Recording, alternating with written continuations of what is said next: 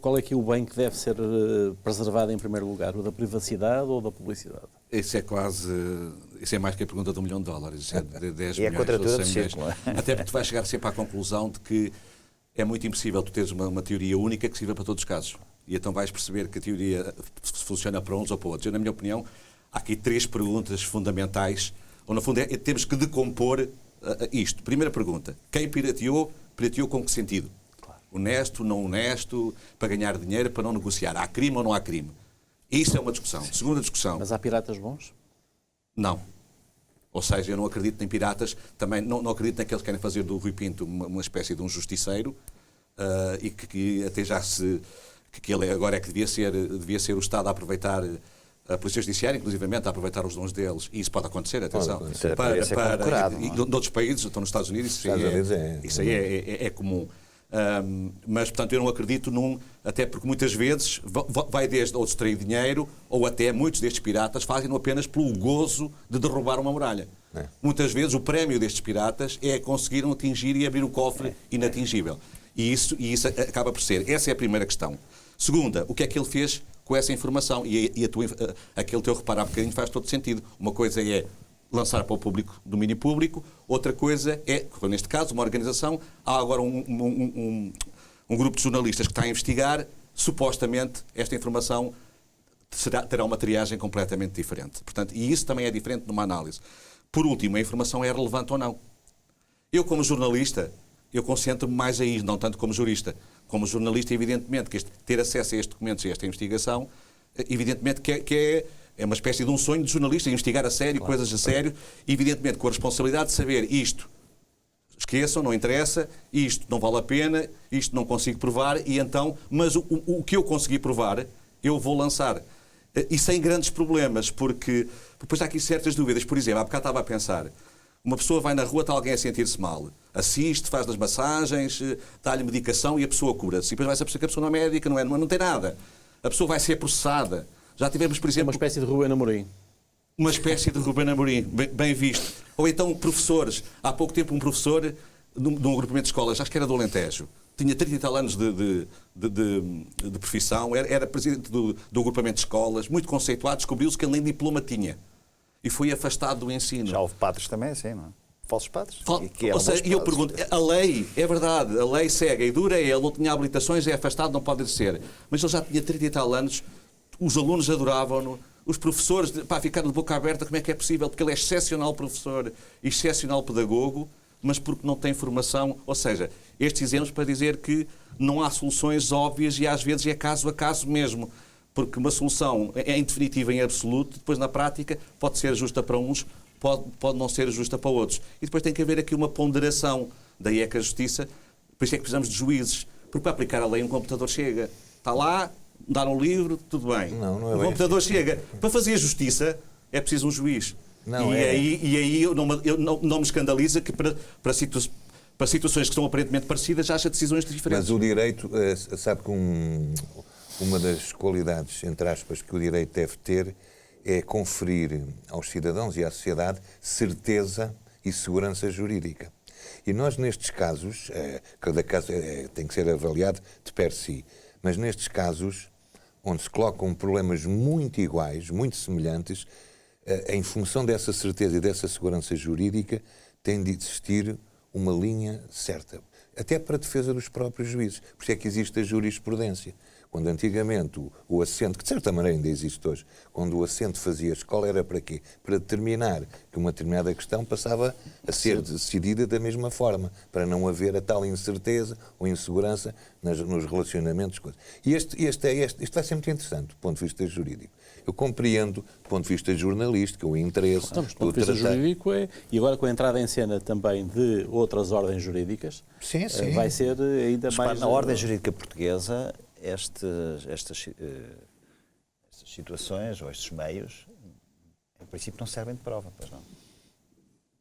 Quer dizer, Depende, mas depende. Há desde logo essa discussão. Independentemente agora da... Eu não tive uma conversa. Poderá servir de prova o que for apurado fora disto, mas na constância de busca. Certo. Não, até pode não ser considerado prova. Pois. Porque se a jurisprudência entender que esta prova foi obtida por meios ilícitos... Mas é nesse sentido. Isto é um coisa que se À imagem levanta. das escutas do Pitorado, por exemplo.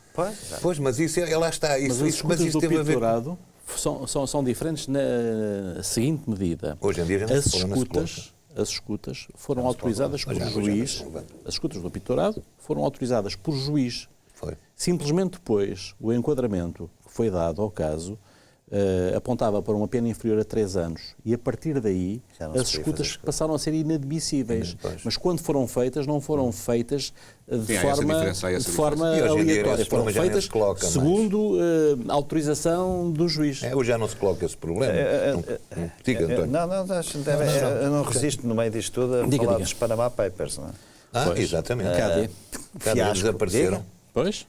E, aliás, com uma curiosidade em Portugal, é que alguns meios de comunicação social que foram os vanguarda nisto, perfeitamente normal, não é? Quando viram lá determinado nome ou nomes... É o que ainda falta saber aqui. Recuaram e silenciaram. Portanto, isto é tudo muito... Isso atingir nada é puro no Estado. Isso atingir em determinados interesses empresariais. É óbvio que acaba em 2 tempos isto. Quem se deve estar a rir ou é o Dubai e a União... Não, a Rússia. Devem estar a rir, porque há aqui um problema. O António há bocado falou assim um bocadinho... Sempre que se prejudica um, beneficia-se outro. Porque é um caminho, é um espaço que fica vazio, que vai ser rapidamente eu acho ocupado. Que sabe qual é o problema que eu acho? É que eu vejo, e cá em Portugal, lá fora não sei, mas acho também um pouco por toda a Europa. Nós estamos com uma perspectiva justicialista ou justiceirista, que somos os melhores, queremos pôr o mundo direito.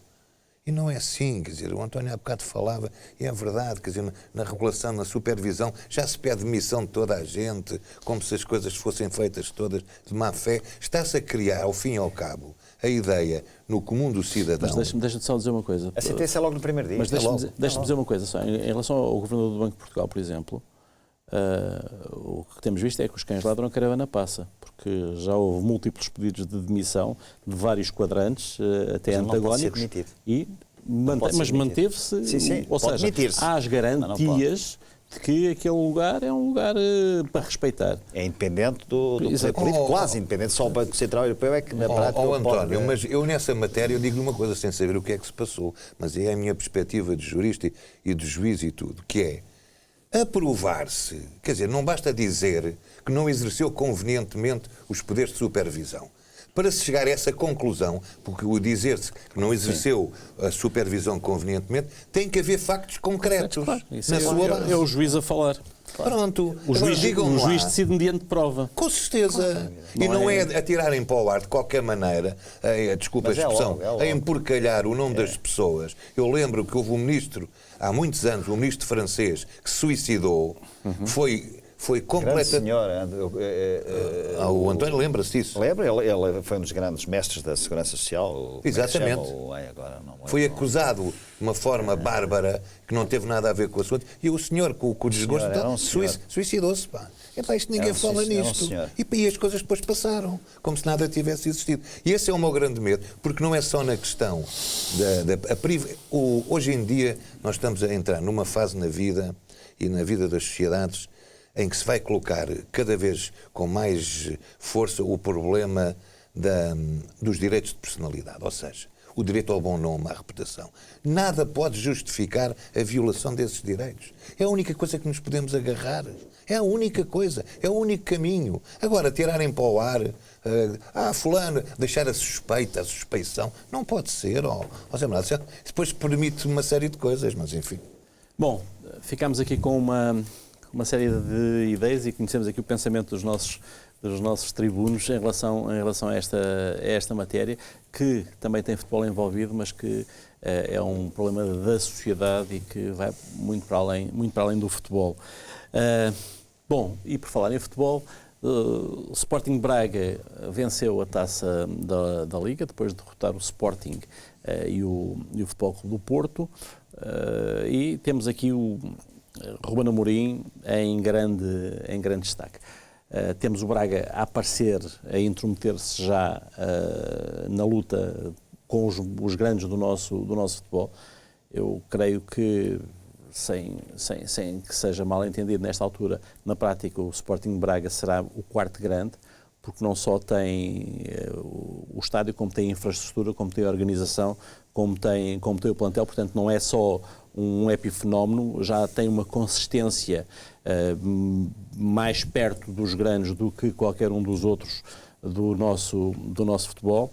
E temos aqui o caso do Ruben Amorim, que é um caso extremamente curioso, este da falta de certificação, em que, por um lado, não tem certificação e não pode fazer algumas coisas, mas, por outro lado, é como se nada disso acontecesse, sendo que, pelos vistos, a competência para o exercício de funções, se essa é aferida pelos resultados, está mais do que comprovada. Jorge, começa agora por ti e com este caso de Ruben Amorim. O primeiro-ministro que se foi Pierre Bérégovoy. Bérégovoy. O nosso Ruben, nesse conto de fadas, que está a acontecer em Braga. Realmente 5 jogos, 5 vitórias. 3 das quais, 2 com o Futebol do Porto, uma com o Sporting, 7-1 ao Belenenses. O único jogo que, apesar de tudo, foi o 2-1 ao Tondela. Foi um bocadinho mais sofrido, mas atenção, pedi mais do que isso, impressionante. E não só isso. É ganhar mudando um sistema tático. Mudando uma forma da equipa jogar. O que também me sugere que quando ele aceita o cargo já tem ideias muito definidas do que é que... E que este terá discutido com o António Salvador antes de aceitar o cargo. O António Salvador já saberia o que é que ele pensava sobre a equipa, porque ninguém chega, muda como ele muda, com os resultados que estão à vista só por capricho, ou só porque ele gosta de jogar assim. Ou seja, ele, que já estava na equipa B, ele tinha a análise dele, ele tinha as ideias já muito bem feitas dele, foi chegar, pegar, implementar, e depois, evidentemente, está numa fase favorável, está numa fase fantástica, jogadores como o Horta e como o Paulinho, que já marcavam golos, mas agora ainda marcam muito mais, e de facto, em bom rigor, é claramente um quarto grande. Eu agora ia fazer uma provocaçãozinha, mas vou resistir, porque se o Sporting não se acautela, em breve o Braga será o terceiro grande. E de facto, excepcional. Estás-me a dar aqui uma boa deixa para passar a bola ao Sérgio.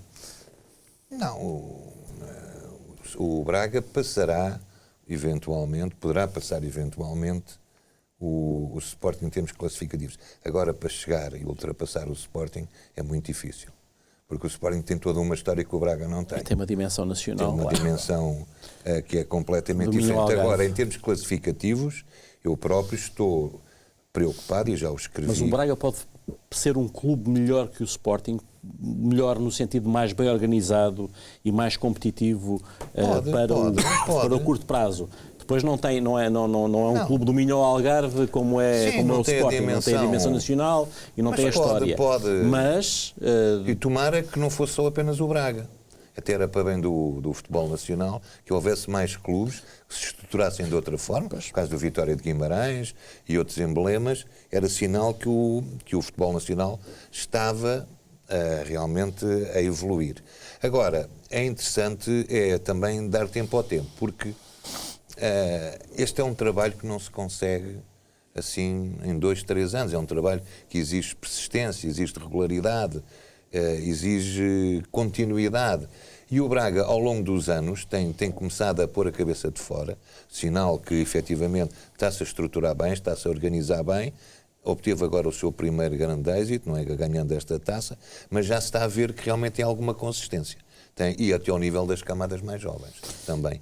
Tem uma academia a funcionar, tem um estádio novo no tempo de vida, embora eu tenha dúvidas que o estádio tenha sido uma vantagem. Eu creio que o Sporting Braga teria ganho muito mais se tivessem requalificado o estádio 1º de Maio, que era mais confortável e era ainda o usam, não é? Sim, mas para a equipa principal, eu acho que o Sporting de Braga teria ganho muito mais se tivessem requalificado o estádio 1º de Maio. Foi assim que o Beira-Mar... Foi assim, pois. Embora... Outro contexto, outra escala. Porque é diferente este estádio. O estádio de Braga é um estádio lindíssimo, é uma obra de arquitetura, mas não é um estádio de futebol, não é um estádio confortável para quem vai ao futebol. Mas eu, por acaso, não conheço, ainda não fui lá. E enquanto que em Braga havia o hábito, as pessoas saíam e iam a pé para o estádio. que era relativamente perto da Aveiro, então era mesmo no centro Tinha hospital ao lado da cidade. Mas em relação ao Ruben Amorim, Jorge, isto acaba por ser quase achincalhante para as instituições. Percebermos que, por um lado, há um regulamento que não está a ser cumprido. Por outro lado, percebemos também que, se calhar, esse regulamento, naquilo que pede, é exagerado. E acaba por ser redutor em relação a algumas pessoas e a alguns candidatos. Mas é o regulamento que há e a verdade é que não é cumprido. Fecham a porta, toda a gente entra para a janela e ninguém quer saber. E depois, na Taça da Liga, vimos o supremo ridículo de vermos o treinador impedido de ir à conferência de imprensa antes do jogo, impedido de ir ao flash interview, mas depois, calma e tranquilamente, a falar como treinador principal, quer com o Presidente da Liga, quer na conferência de imprensa depois do jogo. Quer dizer, isto acaba por ser um descrédito para as instituições. Acaba por ser um faz de conta, porque, se bem que quem fez mais barulho até foi, naturalmente, a Associação Nacional de Treinadores de Futebol, a própria Liga não... Mas a Associação Nacional de Treinadores de Futebol fez esse barulho respaldada pelos regulamentos. Exatamente. Claro, e fez o que lhe competia, atenção. E fez o que lhe competia. Não inventou nada. E em tese... Se os regulamentos estão mal, é outra questão. Alguém discorda que, para o exercício de uma profissão, a pessoa deve estar qualificada? Com certeza. Qualquer profissão tem uma restrição de acesso. Alguém discorda disso? Não. Eu posso concordar. Há bocado até falei na questão do professor, ou daquele professor. Posso concordar que às vezes poderá haver exceções. E poderá haver exceções no sentido, mas exceções vigiadas, não é exceções no sentido. O Ruben Amorim tem o segundo nível, está bom assim, não precisa de mais nada. Até já ganhou uma Taça da Liga, honoris causa, fica lá com o diploma. Não é isso. Assistido no sentido de haver para eles já um plano, porque eu também reconheço algumas críticas que se fazem. Eu não posso demorar mais anos a formar-me como treinador médico, por exemplo. Claro. E eu percebo que... Não há cursos muitas vezes, e que primeiro que abram um curso demoram um tempo. E depois os números cláusulos, e depois as pessoas que têm, uns que passam à frente de outros, nem sempre, enfim, de forma mais clara. E percebo, portanto, também percebo que essas queixas por parte dos treinadores. Agora, também digo outra coisa, atenção, são 5 jogos. Eu estou gostado muito do discurso do Ruben Amorim, grande discurso, arejado, descomplexado, nada de esparemicos de pés. E nunca se esqueceu do Sapinto. Nunca se esqueceu de Sapinto. Aliás, ele diz, porque quem leva a equipa, e reconhece esse mérito, quem leva a equipa à Final Four é o Sapinto.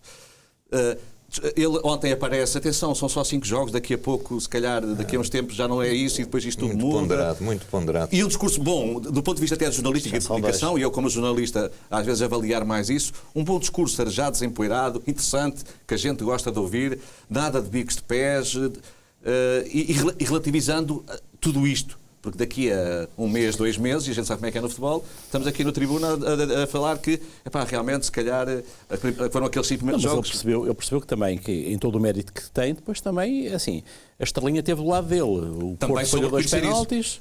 Também reconheceu isso. No jogo do campeonato. O Tondela foi no fim. O Tondela ganha o jogo no fim, o Sporting ganha o jogo no fim, o Porto ganha mesmo o jogo à beirinha do fim. Portanto, em todos os casos, boas exibições do Braga em qualquer um dos jogos. Não, isso aí claramente. E tem a sorte. Ter aqui para o outro lado. Tem a sorte que ele também é soube procurar a boa relação que ele nota que construiu com os jogadores, da forma como foi aceito, enfim, a forma como explora o melhor dos jogadores. Até agora seria completamente impossível pedir mais. O que o futuro vai dar, eu estou expectante para ver o que é que vai dar. Realmente ele despertou essa curiosidade, até pelo discurso que tem. Agora, evidentemente que isso não impede de ele ter um plano qualquer específico, no sentido de ter o 4º nível o mais rapidamente possível, porque evidentemente que eu também não defendo que qualquer pessoa possa exercer a profissão, claro. Só porque é um curioso, mas também não sou, até porque pertenço a uma classe de jornalistas e aprendemos isto com os mais velhos, os grandes jornalistas, não tinham curso de jornalismo, quer dizer, é evidente que os tempos eram outros, e nós estamos numa casa onde evidentemente forneceu dos maiores monstros sagrados do jornalismo, em que de facto não tinham esse curso. E a gente também percebe que para ser jornalista o curso é apenas uma ferramenta, nem sequer nos torna jornalistas. Porque o jornalista faz-se no terreno, faz-se no campo, faz com aptidões que é impossível ensinar. Se calhar no treinador também, mas evidentemente eu também não defendo que qualquer pessoa aceda a uma profissão. Agora, há exceções e há casos a casos, lá está. Eu sou muito adepto eu gosto muito das leis, eu percebo a segurança jurídica, é importante, mas depois eu vejo muito a questão pelo individual, pela decisão individual. Eu raramente consigo ver uma decisão e apreciar pelo mérito coletivo. Porquê? Porque eu vejo boas decisões em tese, no caso concreto, não me parecem justas. E, portanto, às vezes, ver o caso a caso, Ruben Amorim está, de facto, a justificar, mas atenção, 5 jogos, atenção, para que como desprezar. Não, venceu o Porto 2 vezes, ganhou uma taça da Liga, ganhou como jogador, ganhou como treinador, até isso é o primeiro a consegui-lo. Já tem como jogador e como treinador 7. Tem tantos títulos como o Benfica.